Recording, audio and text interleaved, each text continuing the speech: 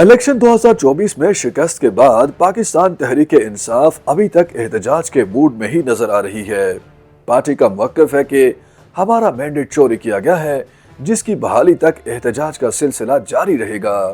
لیکن سوال یہ پیدا ہوتا ہے کہ کیا اب پی ٹی آئی 2013 کی طرح عوامی طاقت جمع کرنے کا زور رکھتی ہے؟ کچھ سیاسی مبصرین دعویٰ کرتے ہیں کہ کیونکہ Pakistan Tehreek Insaf G H Q کا سپورٹ کھو چکی ہے اور ماضی کی طرح لوگوں کو سڑکوں پر نہیں نکال سکتی، لہٰذا اب اس میں وہ طاقت نہیں رہی۔ پاکستان تحریک انصاف کا دعویٰ ہے کہ وہ ملک کے ہر علاقے میں احتجاج کی صلاحیت رکھتی ہے۔ ہزارہ ڈویژن سے تعلق رکھنے والی پاکستان تحریک انصاف کی رہنما اور Hazara division P T I women wing کی صدر تہمینہ فہیم کا کہنا ہے کہ پی ٹی آئی کے کارکنوں نے خوف کے بت توڑ دیے ہیں۔ انہوں نے ڈی ڈبلیو کو بتایا کہ ناقدین یہ کہتے رہے ہیں کہ احتجاجی طاقت نہیں ہے۔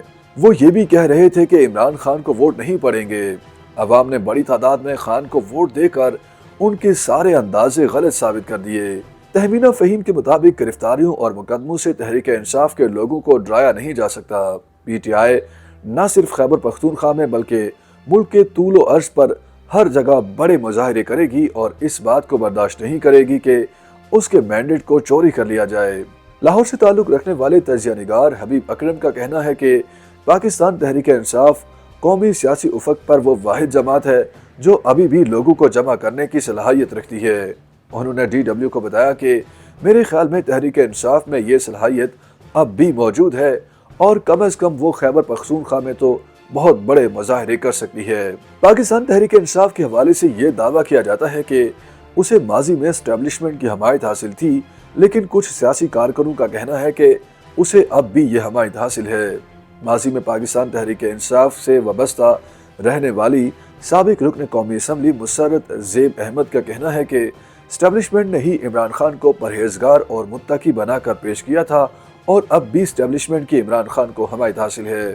تاہم کچھ سیاسی مبصرین کا ماننا ہے کہ موجودہ صورتحال میں تحریک انصاف کے لیے احتجاجی تحریک چلانا بہت مشکل ہے۔ پشاور یونیورسٹی سے تعلق رکھنے والے سیاسی مبصر ڈاکٹر فیض اللہ جان کا کہنا ہے کہ کئی ایسے عوامل ہیں جن کی بنیاد پر ایسی کسی تحریک کا کامیاب ہونا بظاہر مشکل نظر آتا ہے۔ کراچی سے تعلق رکھنے والے تجزیہ نگار ڈاکٹر توصیف احمد خان کا کہنا ہے کہ ایسا لگتا ہے کہ حکومت ممکنہ طور پر احتجاجی تحریک کی صورت میں شدید رد عمل دے گی، تاہم ایسی کوئی بھی سختی تحریک انصاف کے فائدے میں جائے گی۔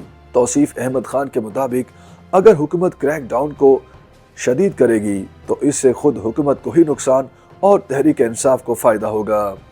یوٹیوب پر گوگلی نیوز دیکھنے کے لیے youtube.com کی سرچ بار میں googly news T V type کریں۔ گوگلی نیوز کے پیج پر سرخ رنگ کے سبسکرپشن والے بٹن پر کلک کرنا نہ بھولیے۔ یوٹیوب پیج پر اپلوڈ ہونے والی ویڈیوز سے باخبر رہنے کے لیے بیل آئیکن پر کلک کیجیے۔ آپ کو ہر نئی ویڈیو کے بارے میں نوٹیفیکیشن موصول ہو جائے گا۔